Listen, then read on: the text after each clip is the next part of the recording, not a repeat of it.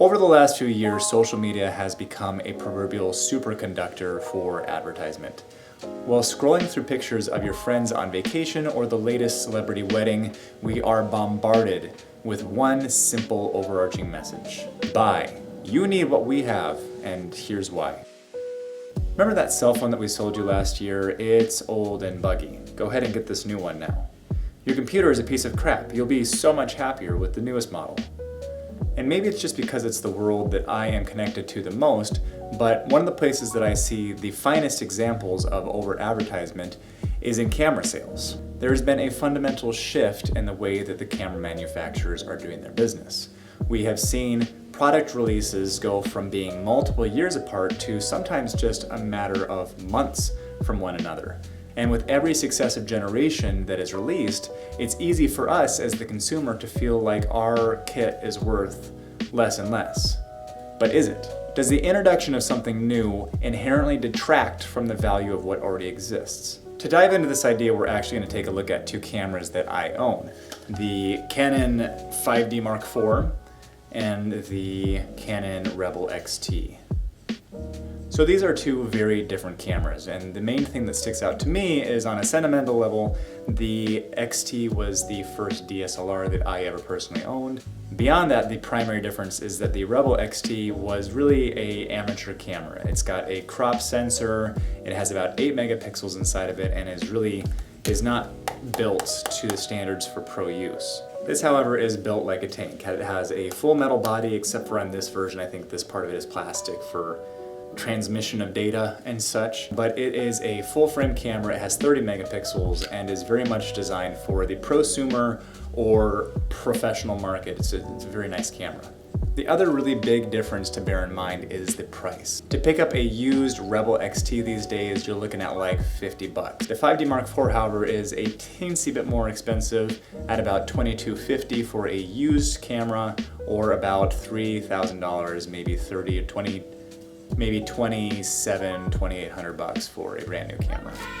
So I want to be really clear here. My goal is not to compare these two cameras. It is simply to see how close I can get the images from this guy here to look to this camera over here. And hopefully in the process of doing so, I can prove a couple of points. So with all that said and acknowledged, let's take a look at what this little guy can do. Now, the first thing that I want to talk about with these two cameras is actually video. And if you know anything about these two cameras prior to watching this video, then you are well aware of the fact that only between the two of them does the 5D Mark IV actually produce video.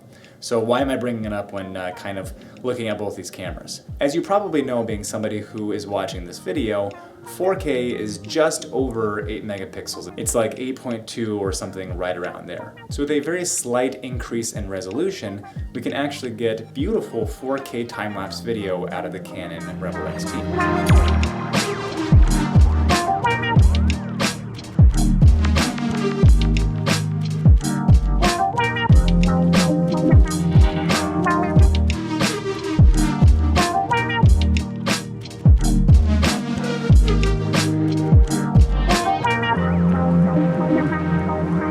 True, it's not actual video per se, but it is footage that I can use inside of my YouTube videos or when I'm submitting a client project or something like that.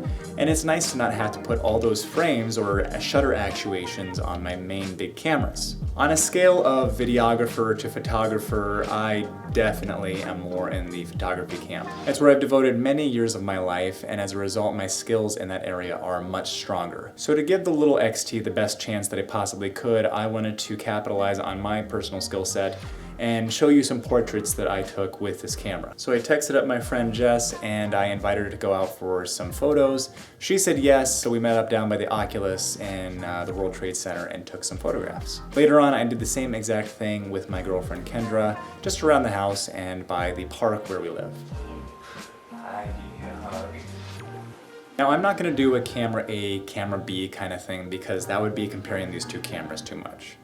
Instead, I think that you should pay really close attention to the images I'm about to show you and see if you are able to tell which image was produced by which camera.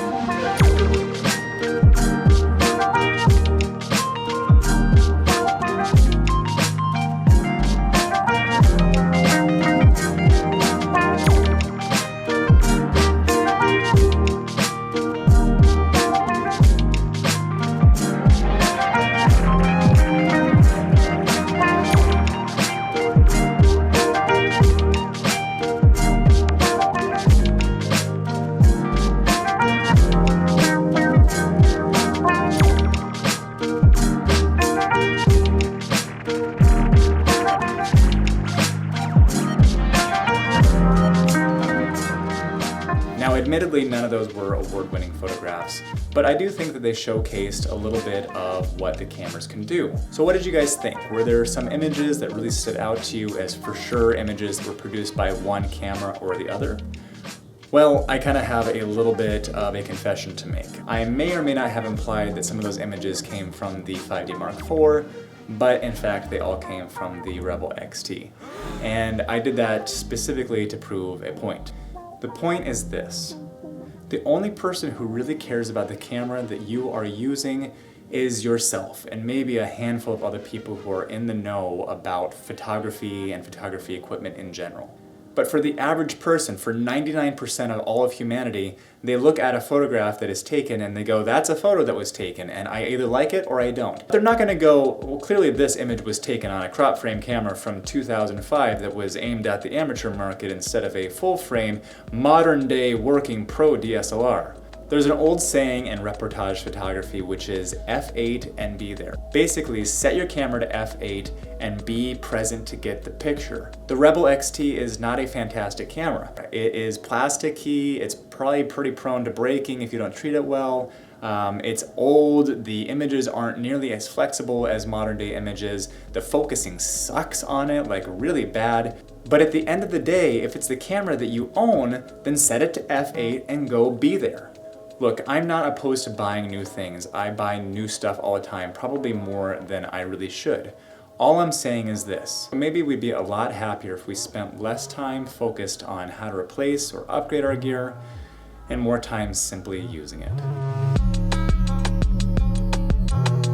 So yeah, thanks for watching. I appreciate you guys getting all the way to the end here. My name is Taylor and I am doing a 12-week personal challenge to get out a video every single week for the next 11 weeks. This is actually the second video of that series, but it's the first video of the 12, so there's gonna be 13 total, and there's 11 weeks after this, if that makes any sense. If you enjoyed it, let me know in the comments down below, subscribe, hit me up with a like, it's all very much appreciated, and I will see you guys in the next episode. Peace! No, that is not a toy, no. He's like, but it looks a lot like a toy. Oh my god, where's his freaking vulture? It's like, no. He's gonna pull the pom-poms off that This blanket. is not for you. This is not for you.